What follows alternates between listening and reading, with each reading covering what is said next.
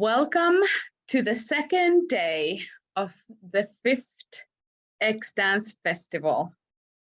My name is Silva Laukkanen, and I am the board president of Chaos Company and Danceability Finland. I have the great honor to introduce Dr. Kate Marsh, who is joining us via Zoom from her home in the UK. I'm going to be reading Kate's bio here because it's important that I get it correctly, and this is the way that I can get it correctly. So Kate Marsh is a disabled dance artist with over 20 years of experience in performing, teaching, and making. Her interests are centered around perceptions of the body in the arts and notions of corporeal aesthetics. Did I say that right? Corporeal? Okay. Specifically, she is interested in each of our lived experiences of our bodies and how this does or doesn't inform our artistic practice. Her PhD research focused on leadership in the context of dance and disability and draws strongly on the voices of artists to interrogate questions around notions of leadership, perceptions, and the body. And on top, Kate is an amazing human being. I got the chance to be with her in Israel in February this year, and she is just the most pleasant travel companion you can ask for. So I am so happy, Kate, that you are here and you're able to do this for us. So welcome. Wow, what an introduction. Thank you, Silva. I'll speak more formally and introduce myself, but something very important that Silva just pointed out, that who is also a wonderful human being, but it's really good to acknowledge that these conversations and connections, and this is relevant to what I'm going to talk about, they don't just happen in the studio when we practice.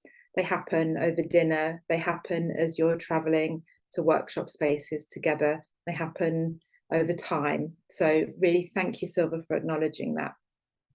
Okay.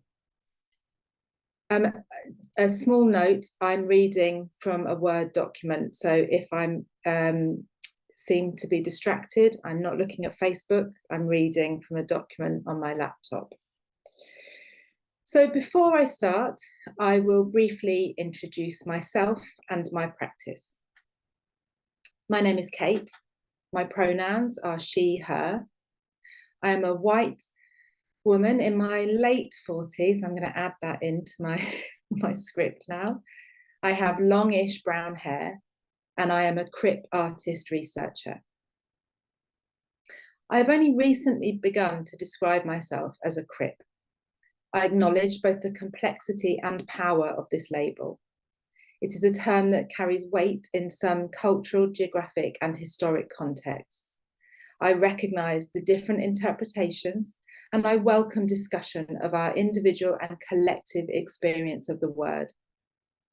For me, it is powerful, locating me in a practice and a community that has reclaimed the label, reimagining the word as a strong identification of my crip pride.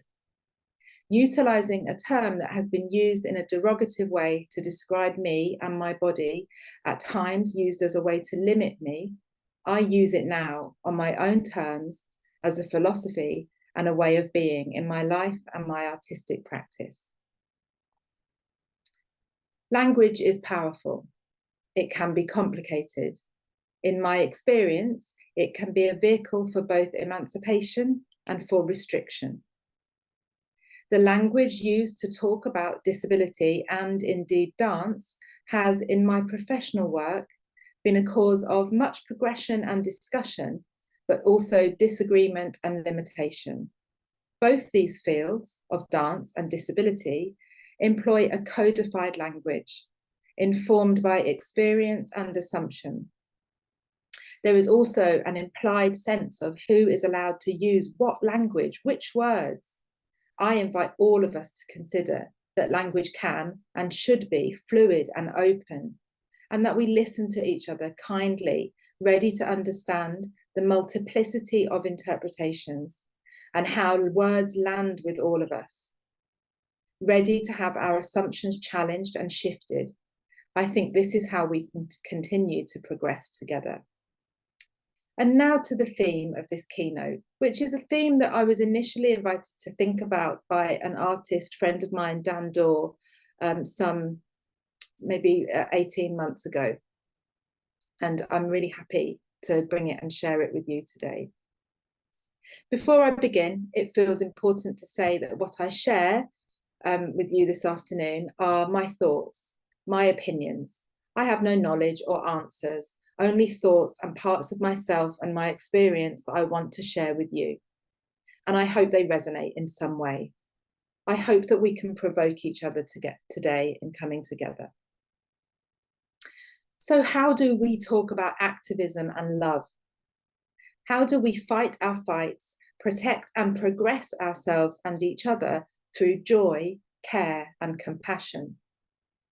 I'd like to start by acknowledging a great friend and ally, Tanya Earhart, another CRIP artist researcher. Tanya introduced me to the book Pleasure Activism, which many of you may be familiar with, by author Adrienne Maree Brown. And I know from conversations with Tanya that the impact of this text on them. And I want to credit and acknowledge their work and passing on of these ideas. Of course, I acknowledge too the writing of Brown for a work that has profoundly shifted so much in my own thinking and practice and liberated me into a world of pleasure, joy, and love. I offer here a quote from Brown's book as a provocation and some context for this afternoon's discussion.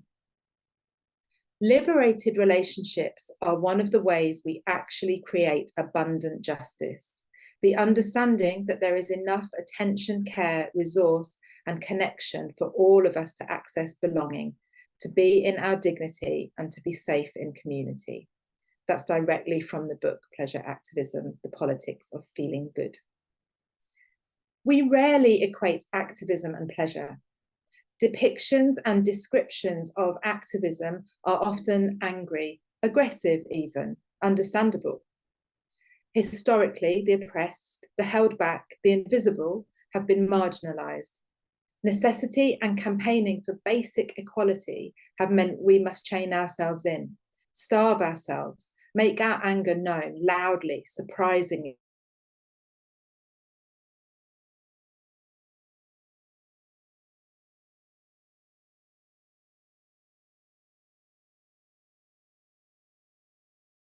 I refer again to Pleasure and Brown's words on the context of our self-expression.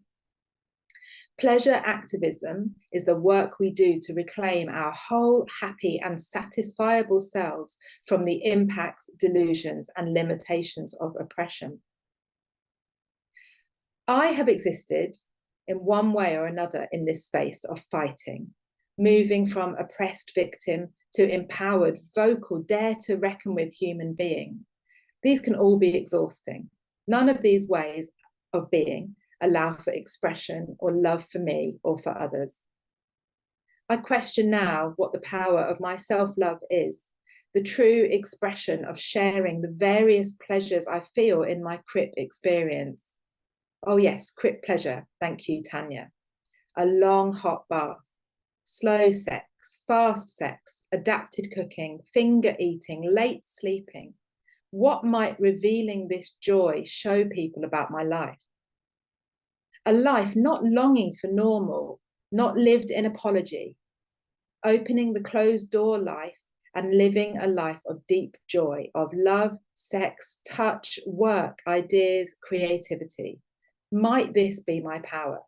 Might it be all our power? I lean into, I drink up the stories and experiences of my CRIP family. I want to talk about the drunken nights, the shared beds, the laughing until we hurt times, the joy of knowing just because, you know, we know. We don't need to explain. I want to talk about how I love this community of mine, how I feel so held and pushed on by these wondrous beings. They are love to me. They are the ones who I call, who call me. And when we call, there might be anger or tears, but more, so much more, there is love. There is getting it, knowing it. I want to acknowledge the practice of joy I encounter through the art of others. For example, Dan Dawes' performance work, The Dan Dawes Show, a recent currently touring piece, has profoundly impacted on so many of us, unapologetically, radically expressing pleasure and joy. Daw calls this being in his crip power. What is evident in this work is Dawes' invitation to all of us to be in our own joy, to powerfully and consciously seek out love. Having experienced this show come to life, I know that Dawes' choices run far beyond the spectacle of what is indeed a wonderful performance. More than this, though, the ethos of joy is embedded into the company around Daw. The space is made for individual experience. The scheduling accounts for so many modes of being in the world. This extends too to the audiences. The care given to how the work is accessed is also inherent, not added on as an afterthought. This is Dawes' activism. It is love. It is sexy. It opens communication and provokes us to consider not simply our connection to joy, but also to each other. And now to allies. I want to preface this part of the keynote by acknowledging that what I want to talk about may be controversial. The term allies is much debated in the worlds I live in, professionally and personally. I want to be brave in how I talk about allyship, account for the perceived complexity of the term, and provoke in a way that might make space for new thinking and consideration of how we come together. So, the allies, the different not so different among us, our translators of normality or advocates for inclusion, so often maligned, sidelined, placed in limbo of neither this nor that. I don't want them to be left out of this journey into joy. And here I must credit my other dear friend, Noah Winter, who once commented, "The best ally knows when to be in and when to support from the sides." Words that have stayed with me and permitted me to dwell in and out of inclusive and crip-only spaces. I want to be that ally. I want to express that I recognise your fight. It may not be mine, but I know something of it. I won't force or push. I won't assume or solve. I will be there at the end of a call or a text with a beer or a cup of tea. I will have your back and I will back off. These are the connections that make us. They question assumptions about what we know and don't know. They are listening, feeling, adapting. They are, what do you need? What can I bring? By continued separation of insiders and outsiders, the allowed and the disallowed, might we be perpetuating an environment of oppression? In striving for equality, I don't want to become a gatekeeper of people's voices and experiences. I want to be in a place where we are all first. These allies are our family, our partners, our lovers, our children. They matter. They are also our joy, our pleasure, and I, for one, am nothing without these people. I want now to talk about connection to each other, all of us. How can we bring our friendships, our conversations, and our practice into how we advocate for one another? Can we resist a separation between the things that bring us pleasure and the work of activism and pushing for change? Pushing for change, fighting for change, moving obstacles that sit in our way. All these terms paint a picture of struggle. Can we go gently, lightly into our activism, openly, honestly? This is not to say we cannot be strong. Rather, can our strength come from a place of joy, of self-expression and affirmation for ourselves and each other? I have been angry. I have felt left out, instrumentalized at times. When I feel like this, I retreat to the places of soft and knowing pleasure, of shared stories, of listening intently without fixing. I don't want these places to be my salvation or my retreat. I want them to be woven into the fabric of my being in this world. I want these places of feeling good to be accessible for all of us. I want to learn and listen from a new place, away from the assumptions I make about you and you about me. I want to know how you are, what you think and feel. I want to be quiet as you tell me or show me. I want to be in a space where my guard is down, a place of possibility and true collectivism. I know our strength has always been in how we are together, all of us, when we acknowledge all the sameness we share and the differences that make us unique.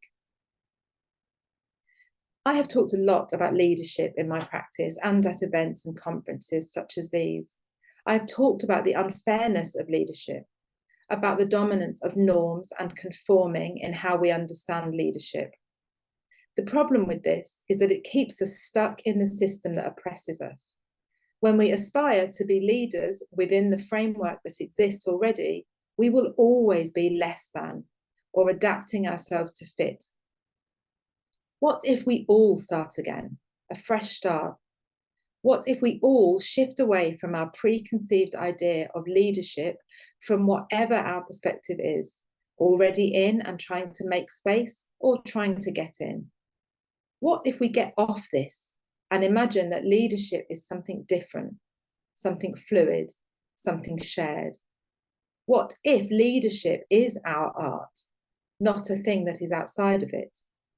What if we recognize the leadership we do in the everyday, that leadership is not a job, is not an award? What if leadership is all around us in the choices we make to stop fighting and to lean into all that we already know and do?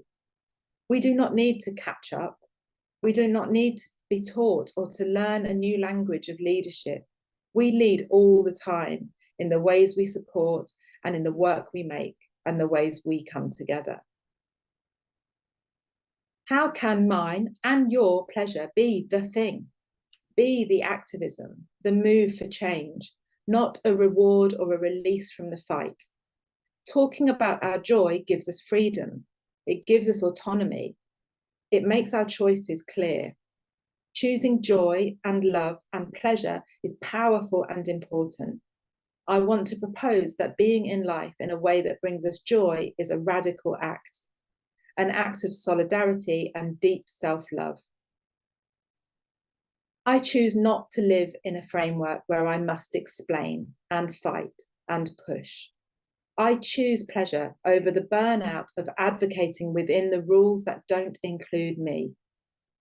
I choose to be in these conversations, but not with gritted teeth and clenched fists, only breathing out when I'm back in my safe spaces. I want to be in them openly, truthfully. I choose not to separate my pleasure and joy and the love I feel and receive from my art and my activism. Being with you all, even virtually, is joy. Shared dances, and I'm so envious that you've all been having those shared dances with each other. Body-mind connections across place and experience bring me pleasure. I want to forefront this as I move forward into a place of possibility, endless possibility. Activism and action derived from pleasure is limited. To quote Rage Against the Machine, quoting Malcolm X in the song Freedom, your anger is a gift. I have felt this, and it has been useful. My anger has motivated me, spurred me on, but it has come at a cost. I choose now not to hold on to anger. I choose to let my pleasure be my motivation, to live in my joy and in your joy too. I choose not to fight against systems, words, practices that oppress me, and to nurture those things that feel good. There is power in that. There is change in that.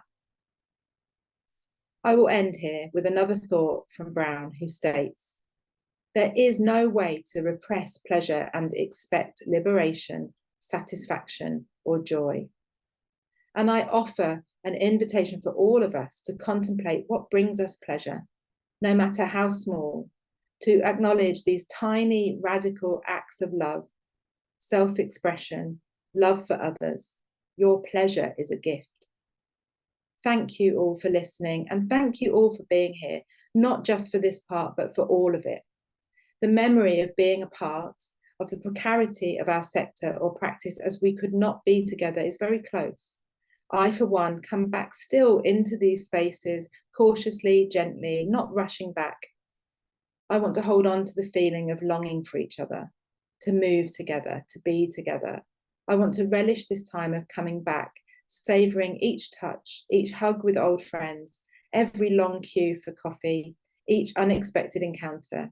I don't want to go back to an old world of not noticing, of working and moving so quickly that I miss you, that I don't ask how you are and what's happening for you. I want to be connected to all of you. Thank you for listening. Now, I think we can open up into a conversation. I don't know what to say, except I'm kind of moved into tears, and I don't like the radical joy idea and the joy in activism idea. There's like a relief in the sensation that I get when you speak like that, because it feels like the language that I know how to speak, and it feels like the kind of community that I want to be part of. And maybe there's been some longing to that and some fear of like things going to the opposite way and like feeling excluded and where's my community? Who am I? How do I fit in? Yeah, I don't know if I should speak more about that. I think we have time. I think anybody should. I'm really interested to hear from anybody, or yeah. Okay, Marlies. Yeah. Hi, Kate. Hi.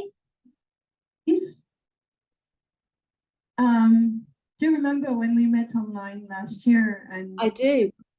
I was freaking out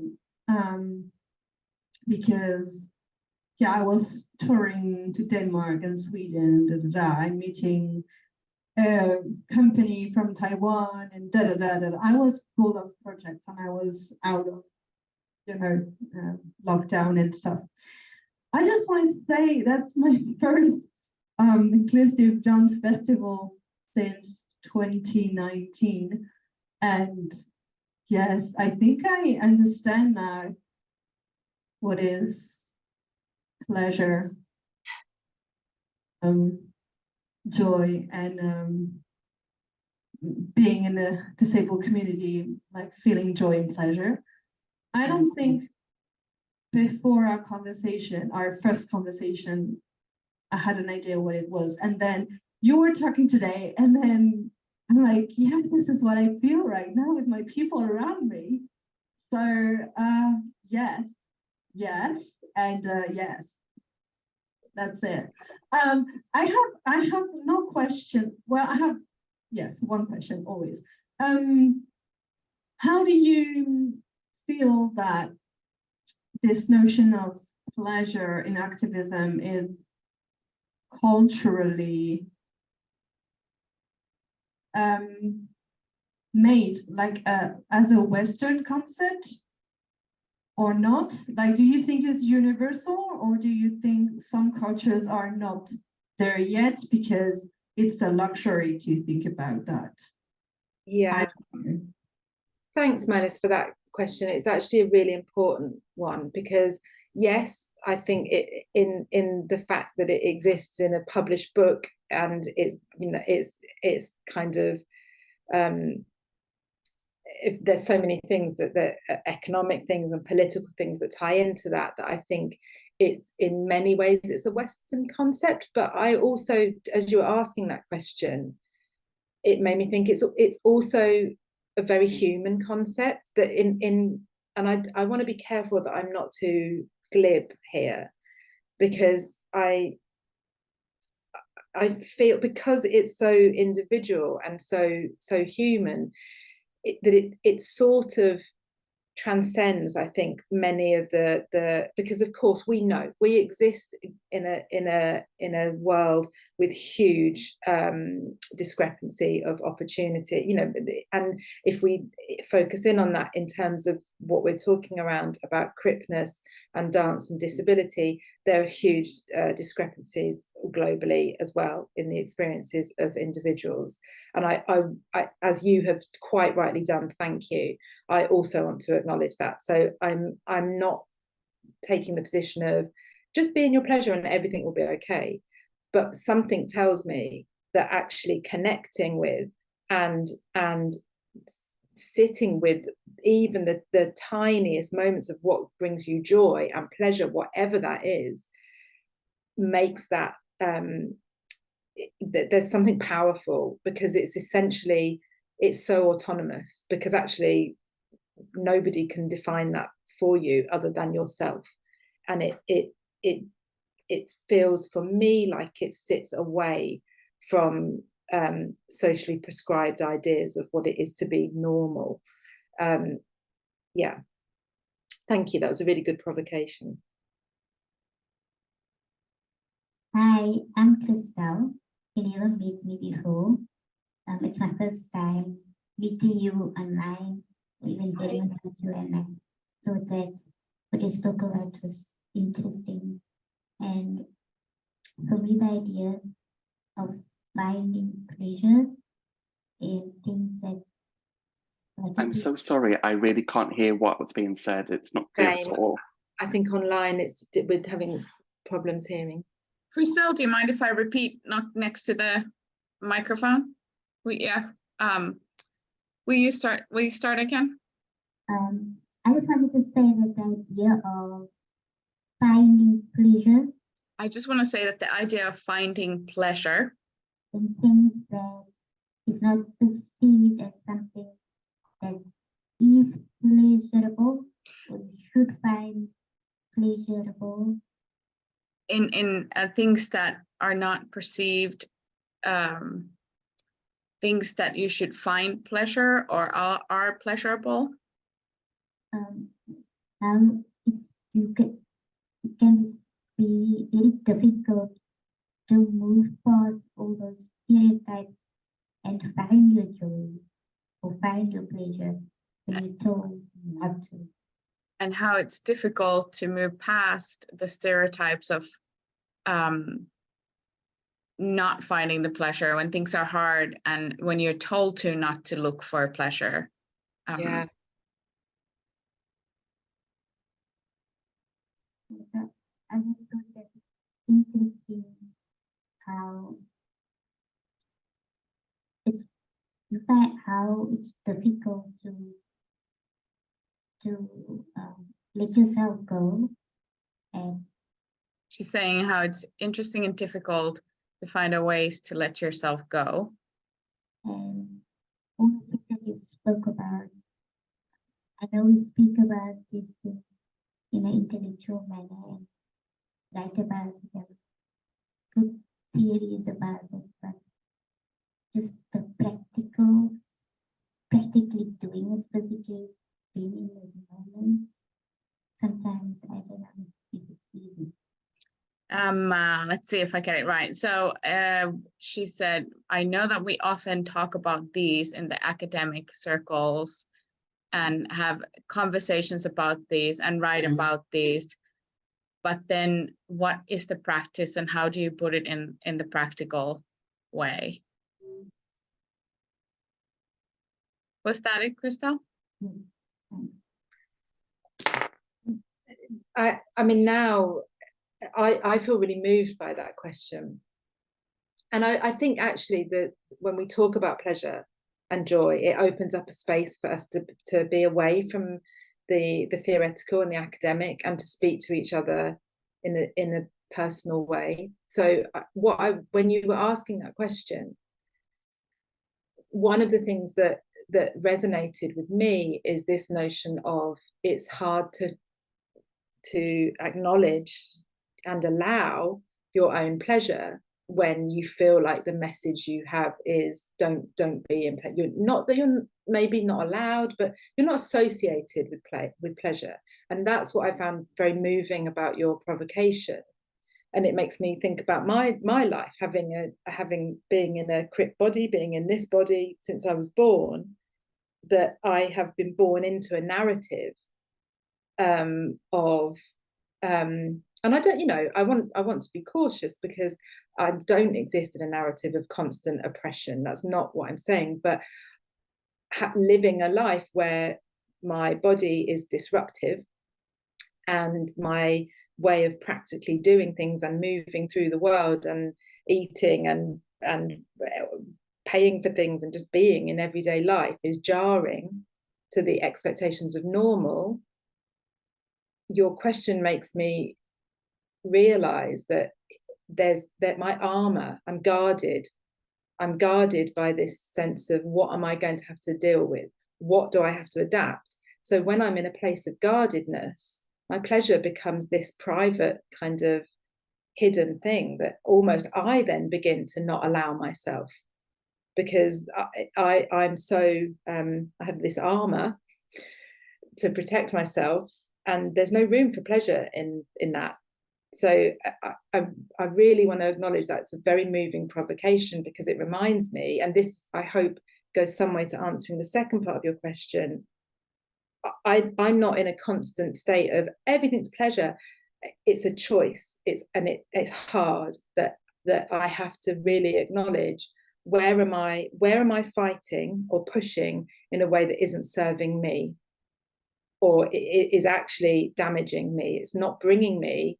I may think, or I may have historically thought, this fight will give me equality. This fight will give me access, and it will give the people I care about access. So it's a practice of remembering that acknowledging my joy, my autonomy, my humanness, to feel these pleasurable things through friendship, through connection, that's powerful. And that gives me access. It may not give me access to the things which already exist, but it actually allows me to create this whole new community, or be in a different place. You've really shifted my thinking, or you've made something really clear for me there. So I'd like to thank you. I wanted to come here and show you what is happening there. Okay. And yes, you can't see it. Yeah, it's very strange. Not just looking at a red wall. Or you, Silver. It's lovely when you're there. I have one more question for you, Kate. This is Maidi speaking. What is your first memory of crypt joy? Wow. The first one popping into your mind right now. Do you know what? I don't know whether I have to be cautious, because is Adam in the room? No. No. But you've all been working with Adam. Yes. So I think probably it's good that Adam's not there, because he might think I was just saying it because he was. But I think it was probably the first time I encountered Adam and the dancers in the first iteration of Kanduko. That was the first time I'd seen bodies in dance that were anywhere near mine. And so there was a slight an emerging feeling. I didn't recognize it at the time as joy. And then I lived for a long time in a place of fighting and pushing. But I look back now, I think, oh yeah, that's joy. And I just actually, Malis, I just want to share one thing. These are such great questions, because now I understand crypt joy. I've rethought something that actually, I think probably when I was very young, and I would have these, I don't know if this resonates with anybody, I can remember these really distinct moments of like being even like in a car with my sister and my parents, and looking down at my hands and really having this quite overwhelming sense of being different from everybody else. But I never experienced that as sadness. I experienced it, now I realize, as actually a really deep love for my own body. And then somehow I forgot that. As a child, I was really like, I couldn't not love couldn't not love it. It was kind of being in the world that made me learn to love it less, or to build up an armor. But goodness, that's probably a totally different discussion, which I'd love to have at a different time. I had a similar question about, like, was there one moment that kind of made you shift in your thinking about advocacy and like find this pleasure and joy idea? Or was there more like a long process of exhaustion that pushed you towards something else? I think it was both. I think, you know, as I've said, I'm in my late 40s. I've been disabled or crip all my life, and I think there was a kind of realization through being in conversation with other people with crips and allies of it. What I'm doing isn't working. I've been kind of pushing for this kind of really fundamental equality, whether that is open up dance courses to make access for disabled students, or increase access into theatres, or, you know, all of us here probably, we could pick any number of things, and just having a real sense of however I am doing this is not working enough. And then I started to have conversations with Tanya, so that was a moment. Tanya introduced me to the book, and also a game that Tanya plays that you can, I mean, some of you may have played this, or play it on your lunch break, or tonight, or you've had lunch, play it. It's like a Crip Joy alphabet. So you think of the tiny bits of Crip Joy that come, and you have to have one for each letter of the alphabet. And that's a really fun game, and we play. A. Okay. Oh, that's hard. Okay, so no, it's kind of easy because I can just go a really long bath, or yeah. Okay, we need a couple more examples. B. B.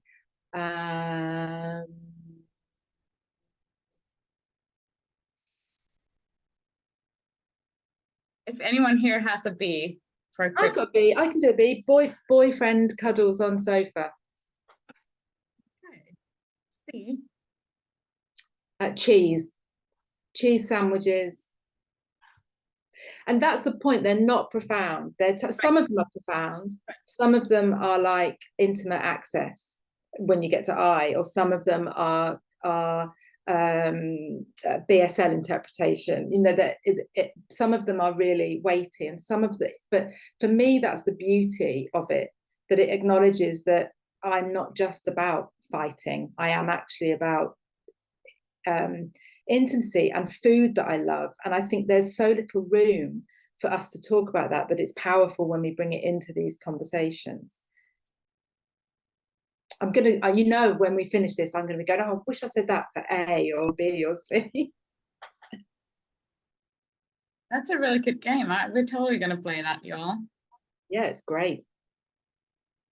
It's really good after a few glasses of wine, cocktail. Right. Does anyone have anything else they want to share or ask? If that's all, I'm going to say thank you so much, Kate. Thank you. I can't see what time we're at because my screen is big. It is 10 to 5, so 10 to 3. 10 to 3 here. Yeah. Yeah, thank you so much. It is always an honor to listen to you speak. I think you bring such a thought-provoking ideas and examples and real life sort of practical ideas that I'm still simmering from the time in February, and now this is added to the simmer, so it's really good. Thank you so much. Thank you. And it's just so lovely I do feel oddly connected to all of you, even virtually, and I hope you have. How long have you got left? Is there one more day, or? No, it's the whole week until Sunday. Oh, fantastic. I hope you have an amazing week and lots of moving together and cocktails and cups of tea, and yeah, have a wonderful time. Actually, what resonated with me is what you said in the beginning, like that has been so present in this festival to me as well, like the community and us coming together and like people meeting for the first time, but having this feeling like we know each other. And like, we were just sitting yesterday in the cafe right here and like in this big circle and sharing, and it was kind of magical, wasn't it? Are they nodding, Silva? It's not just you. Yes, and they're actually saying yes too, but I guess you can't hear. But yeah, okay, it wasn't just I who was thinking it was magical. Of course, yeah. But I think, for me, that somehow links to the theme or notion of pleasure. That why do we make those invisible? Those friendships that we grow, because actually we work and exist in a sector, if you like, where we do grow friendships, we grow connections, and those connections tend to be often very beautiful, and then we find these ways to communicate really intimately and humanly with each other. And yet when we push up against the proper way of working, there's no room for, I don't know, I've talked about this before, there's no room for putting kisses on the end of your email when you sign off to someone, or to ask how their kids are, and as soon as you do that, you make a space for people to go, actually, this is one of my access needs, or I need this, or I feel there's more. I'm not saying you have to be nice to get access. I just want to be really clear about that. But it does seem to afford a communication that certainly I find really pleasurable.